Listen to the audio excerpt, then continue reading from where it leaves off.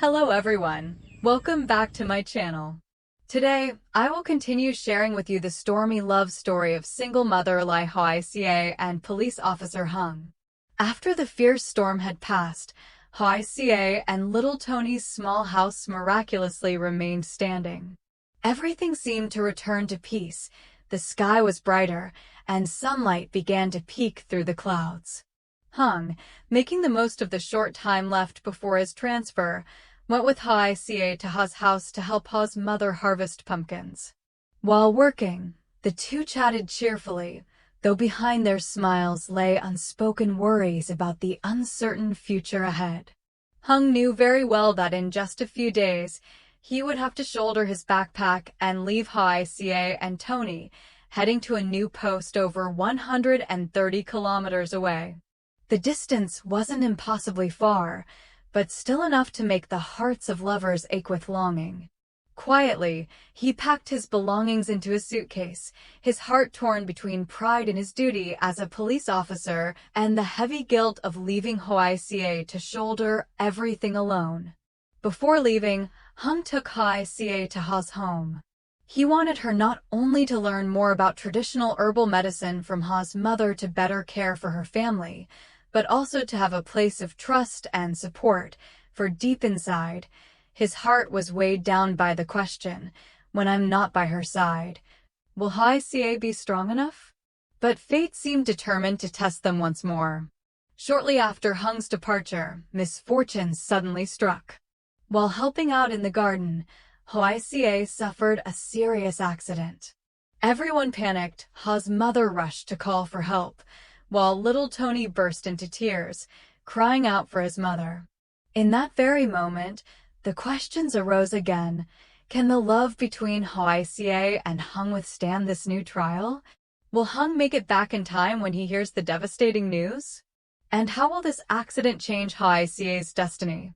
Stay tuned for today's episode to find out what happens next. After the storm had passed, peace finally returned to Hoai Ca's small house. The chickens and ducks safely kept in their coop were unharmed, and the little garden behind the house was fortunately spared from heavy damage. Early that morning, the crowing of roosters awakened everyone. Hùng gently grabbed his bag and, as usual, walked Tony to school. On the way back, his heart grew heavy with thoughts. Tomorrow, he would have to leave this home behind and transfer to his new unit, hundreds of kilometers away.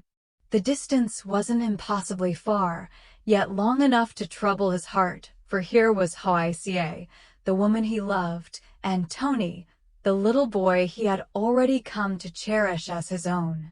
After dropping Tony off at class, Hùng returned home. Hoai Ca had prepared a simple yet heartwarming breakfast, a bowl of hot porridge, a few boiled eggs, and a fragrant cup of tea. They sat across from each other, and that ordinary meal suddenly became heavy with unspoken words. Hùng set his spoon down, looked straight into Hoai Ca's eyes, and said slowly, "Tomorrow I have to leave. I truly can't feel at ease leaving you and Tony here alone. I fear the storms, I fear your hardships, I fear your sadness."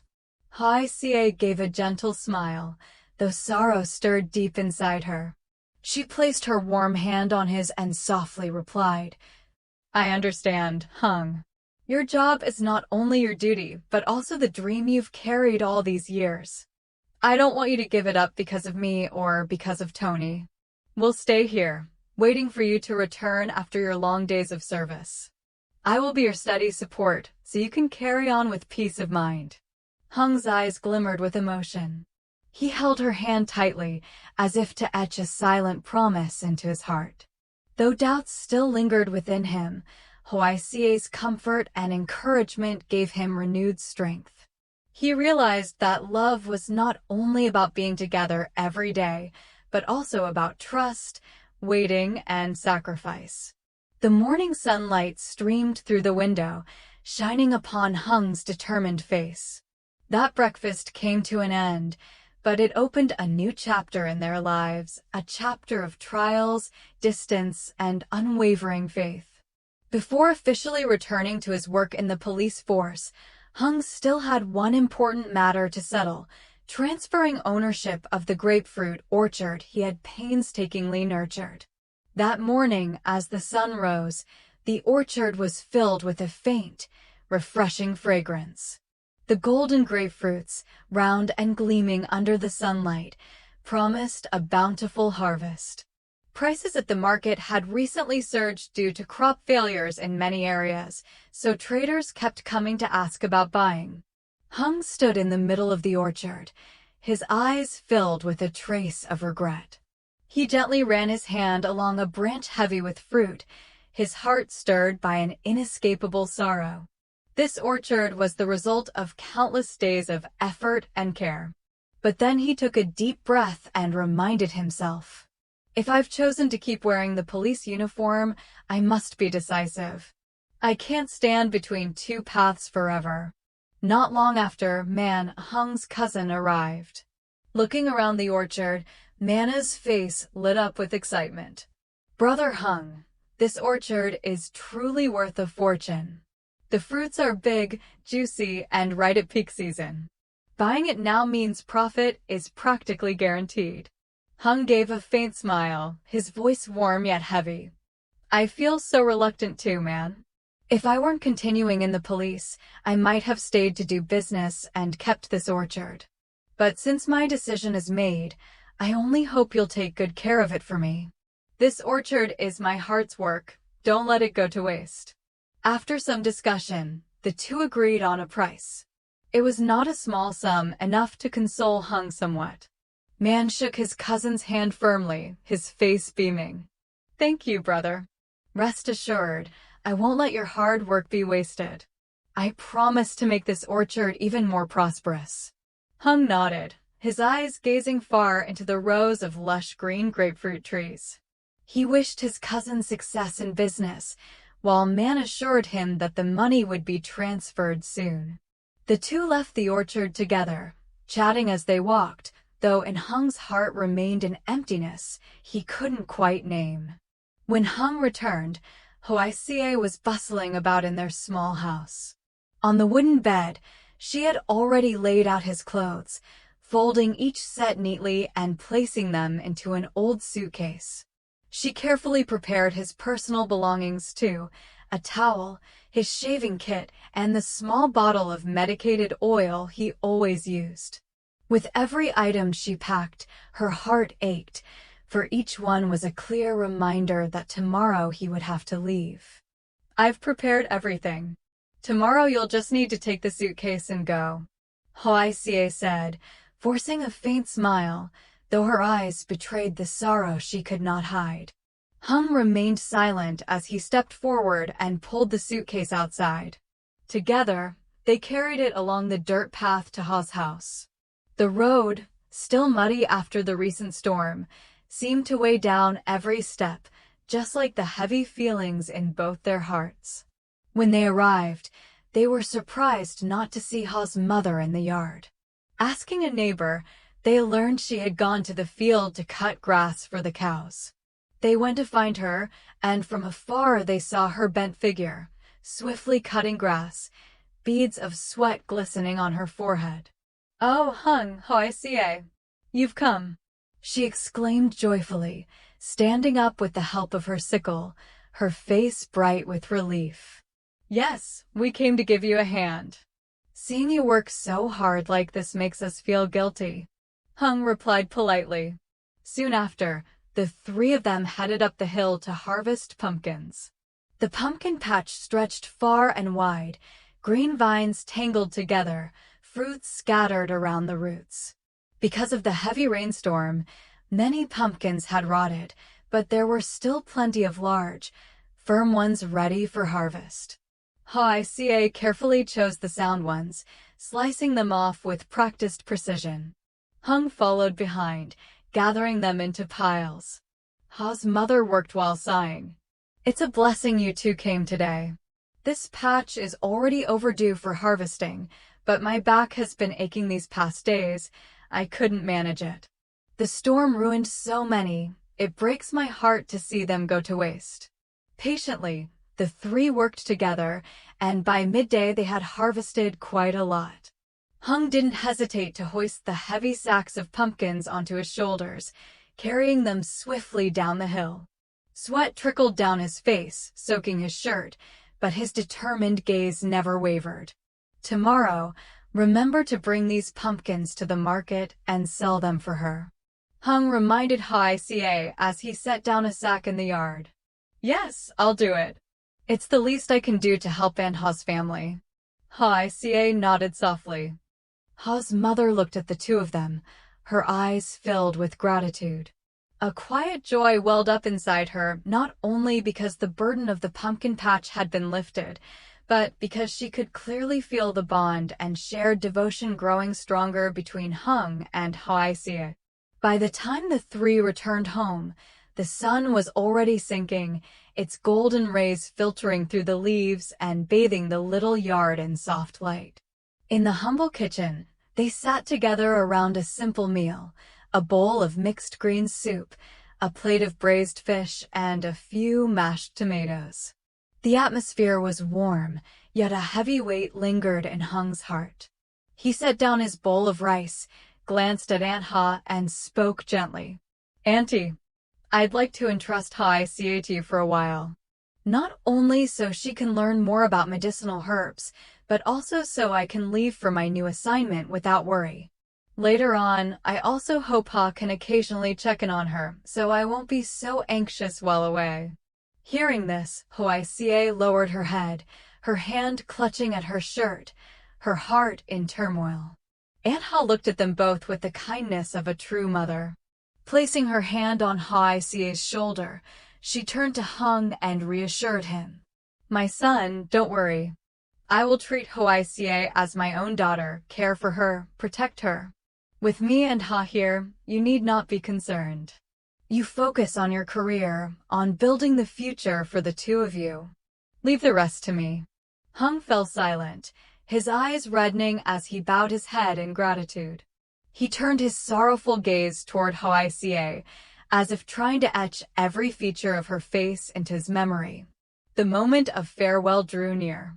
Outside, the cicadas of late summer droned, mingling with the sound of suitcase wheels rattling across the uneven ground. Standing at the doorstep, Hung whispered, "Stay strong for me, all right? I may be leaving, but my heart will always remain here." Hoai Ca forced a smile, her eyes blurred with tears.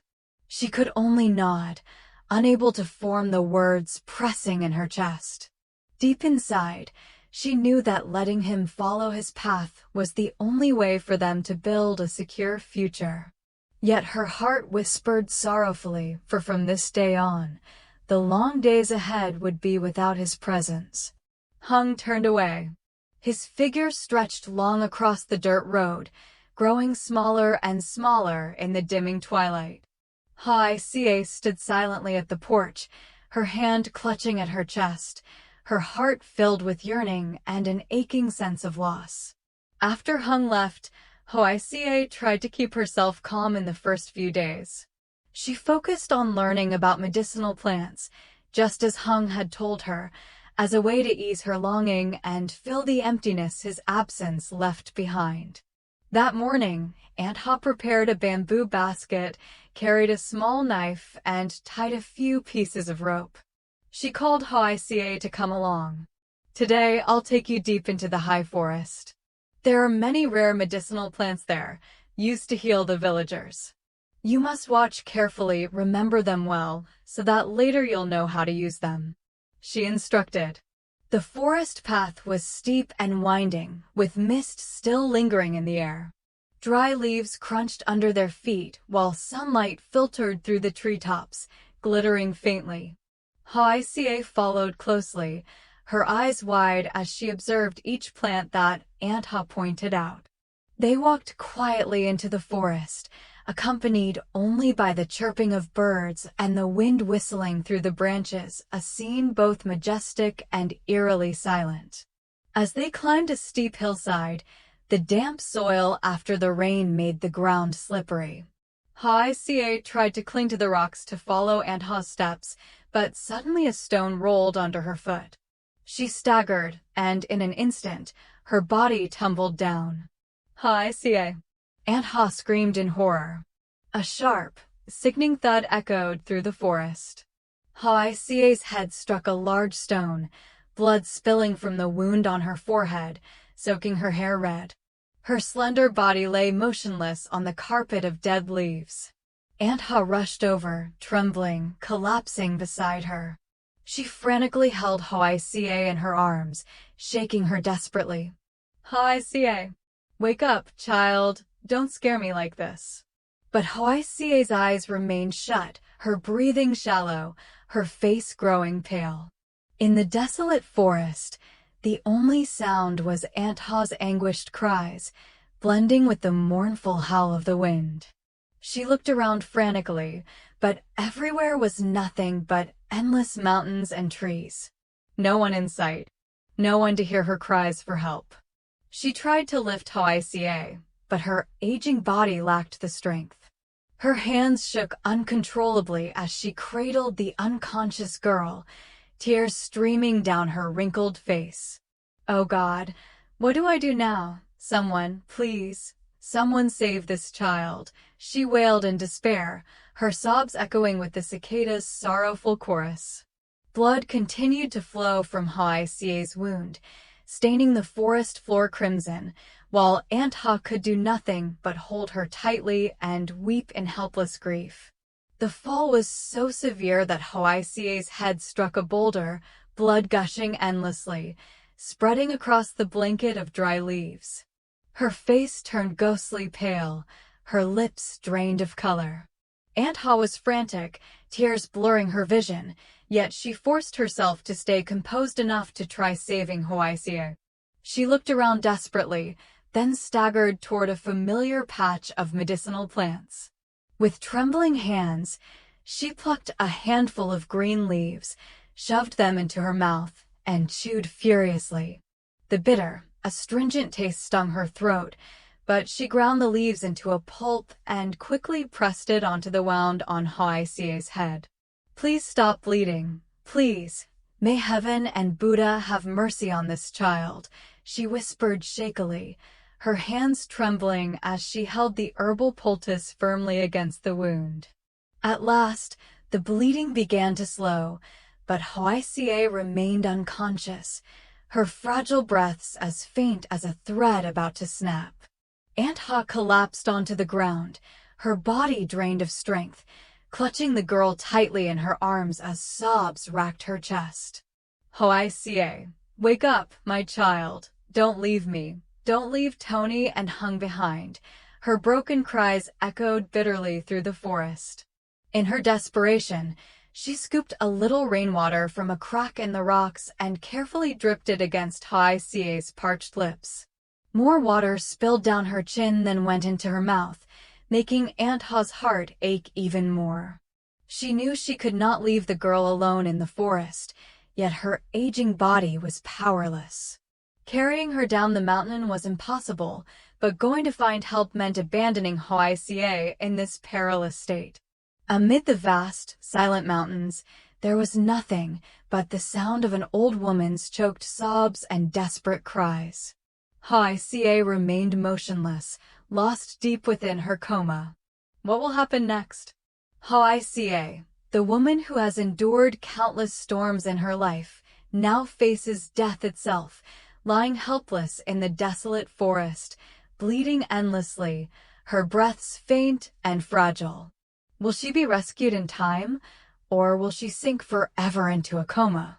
Alone in the vast wilderness, Aunt Ha, frail with age, struggles desperately. How can she possibly bring Hoai Ca back home?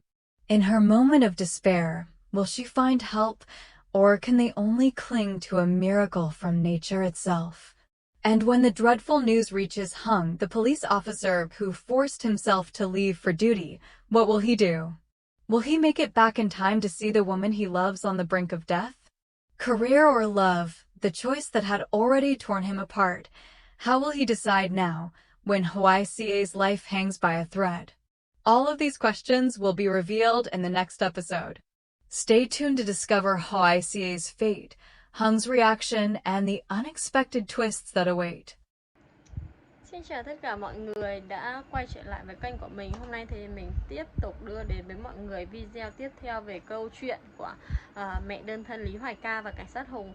Mọi người thân mến, thì như mọi người cũng đã biết thì mẹ đơn thân Ly Hoai Ca hiện tại với Hùng thì hai người vẫn đang yêu nhau và đã trải qua với nhau một quãng thời gian khá là dài, chắc phải yêu nhau hơn 1 năm rồi, và họ đã cùng nhau vượt qua rất là nhiều khó khăn. Tuy nhiên thì hiện tại Hùng đã quyết định là sẽ tiếp tục đi làm công việc cảnh sát, và anh phải chuyển đến một nơi mới để công tác cách nhà của Hoài Ca 130 km. Thì ở đây thì Hùng đã phải tạm biệt Hoài Ca và để cô lại ở trong căn nhà này và đi. Thì trước khi đi, Hùng đã đưa Hoài Ca đến nhà của Hà. Ở đây thì có mẹ của Hà. Hôm nay thì Hoài Ca sẽ bắt đầu học những cây thuốc ở đây để bắt đầu sau này có thể lên rừng lấy thuốc về có thể cứu người. Thì khi mà Hùng rời đi thì Hoài Ca ở lại trong nỗi buồn, và cô đã không may bị ngã trên đường đi lấy thuốc. Vậy thì mọi chuyện sẽ diễn ra tiếp theo như thế nào? Mình mời mọi người đón xem phần tiếp theo ở ngày mai nha.